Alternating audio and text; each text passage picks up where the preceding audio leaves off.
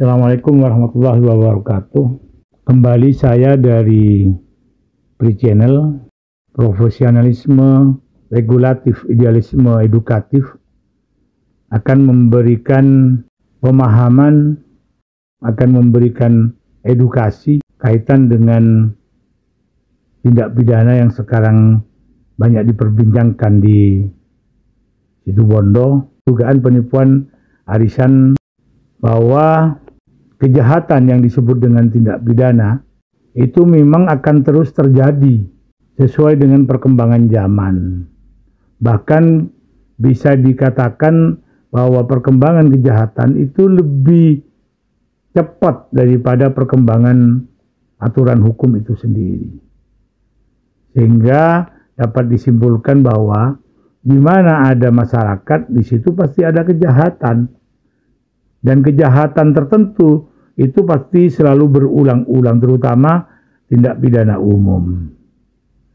Salah satu contoh tindak pidana yang selalu berulang-ulang yang dilakukan oleh pihak-pihak tertentu adalah tindak pidana penipuan dan tindak pidana penggelapan. Ini yang selalu terjadi berulang-ulang, dan sekarang secara massal kembali terjadi bahwa banyak ibu-ibu terutama yang sekarang telah menjadi korban penipuan dan atau penggelapan dalam bentuk arisan. Dan ini sudah sering terjadi.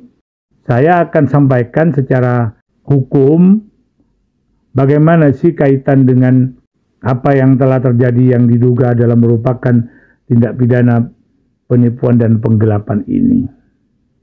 Bahwa ibu-ibu yang sudah menjadi korban tindak pidana penipuan dan atau penggelapan ini perlu kita advokasi, perlu kami advokasi dari sisi pemahaman hukum, perlu kami dampingi dari sisi pengetahuan hukum. Ibu-ibu, saudara-saudara, atau mungkin ada bapak-bapak yang kemudian menjadi korban penipuan arisan sebagaimana sekarang lagi marak di daerah Situbondo, bahwa bapak-bapak atau ibu-ibu atau saudara-saudara yang menjadi anggota arisan ini adalah merupakan korban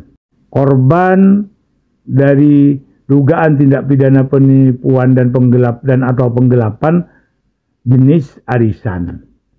Karena bapak, ibu, dan saudara-saudara ini adalah korban, tentu bapak, ibu, dan saudara ini harus melakukan langkah-langkah, melakukan tindakan-tindakan sebagai korban. Karena ibu-ibu telah dirugikan oleh manajemen, oleh pihak yang mengelola arisan tersebut. Ibu punya hak, bapak, ibu, dan saudara-saudara punya hak untuk melakukan langkah-langkah hukum, melakukan tindakan-tindakan hukum. Di antaranya adalah satu, mensomasi. Yang bisa dilakukan mensomasi bahwa apa yang dilakukan oleh pihak yang mengelola arisan itu adalah dugaan penipuan dan atau penggelapan. Apabila ternyata somasi itu tidak ditanggapi, ya segera dibuatlah laporan pidana, laporan atau pengaduan pidana. Ada lagi langkah yang lain yang bisa dilakukan oleh bapak, ibu, dan saudara-saudara selaku korban arisan, itu adalah mengajukan gugatan perbuatan melawan hukum di pengadilan negeri. Ada anggapan bahwa apabila dilaporkan dan diadukan, maka dianggap pelaku tidak punya kewajiban lagi untuk membayar. Tidak punya kewajiban lagi untuk mengembalikan atas dugaan tindak pidana dan atau penggelapan yang telah dilakukan. Itu adalah pandangan awam. Pandangan salah. Karena meskipun sudah dilaporkan, meskipun sudah diadukan, apabila kemudian bapak, ibu, dan saudara-saudara masih perlu mendapatkan pengembalian misalnya berupa mungkin ada aset-aset dari pelaku tindak pidana arisan tersebut, maka bisa melakukan gugatan perdata di pengadilan negeri untuk kemudian bisa mengeksekusi aset atau harta apapun yang dimiliki oleh pelaku. Karena pidana atas mereka yang atas pelaku lakukan itu bukan bentuk pengembalian, tetapi adalah pidana atas perbuatan yang dilakukan. Bukan karena ada pidana atas perbuatan yang dilakukan kemudian dana yang tidak dikembalikan itu kemudian tidak usah dikembalikan. Itu pandangan salah kaprah. Karena apa?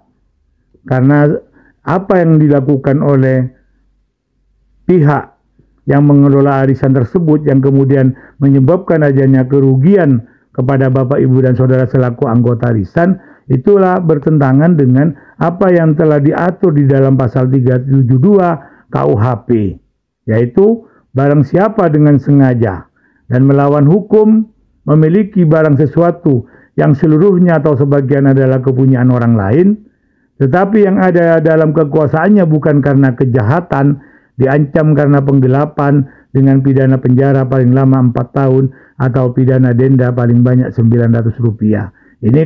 Ini soal denda memang tidak bisa dijadikan panutan, karena ini KUHP itu adalah aturan-aturan sisa peninggalan kolonial Belanda. Ini kalau ada uang di tangannya yang kemudian dia berinisiatif untuk tidak mengembalikan, berkeinginan untuk tidak melakukan pengembalian, berniat untuk menguasai uang yang telah ada, setelah uang itu ada padanya, itulah penggelapan. Tapi kalau kemudian sebelumnya dari pelaku tindak pidana ini sudah ada niatan untuk mencari keuntungan sebelum tangan itu di tangannya dengan bujuk rayu yang berupa arisan dengan iming-iming bahwa bisa dapat sekian dan lain sebagainya, maka pelaku tindak pidana arisan ini bukan hanya bisa dikenai pasal 372 KUHP, tapi juga pasal 378. Karena sebelumnya sudah ada niatan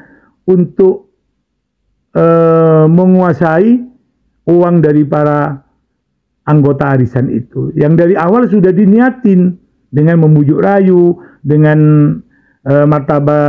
dengan memakai nama palsu, martabat palsu, tipu muslihat, maka bisa dikenakan pasal yang lain lagi, yaitu pasal 378 KUHP sebagaimana diatur di dalam Kitab Undang-Undang Hukum Pidana yang bunyinya, barang siapa dengan maksud untuk menguntungkan diri sendiri atau orang lain secara melawan hukum dengan memakai nama palsu atau martabat palsu, dengan tipu muslihat atau rangkaian kebohongan, menggerakkan orang lain untuk menyerahkan barang sesuatu kepadanya, atau supaya memberi hutang maupun menghapuskan piutang, diancam karena penipuan dengan pidana penjara paling lama 4 tahun. Ini yang bisa saya sampaikan kepada Bapak, Ibu, dan saudara-saudara yang diduga menjadi korban penipuan atau penggelapan dalam bentuk arisan. Hanya ini yang bisa saya sampaikan, semoga ini menjadi pemahaman, menjadi pengetahuan kita semua, utamanya kepada korban yang segera harus melakukan langkah-langkah dan tindakan-tindakan hukum.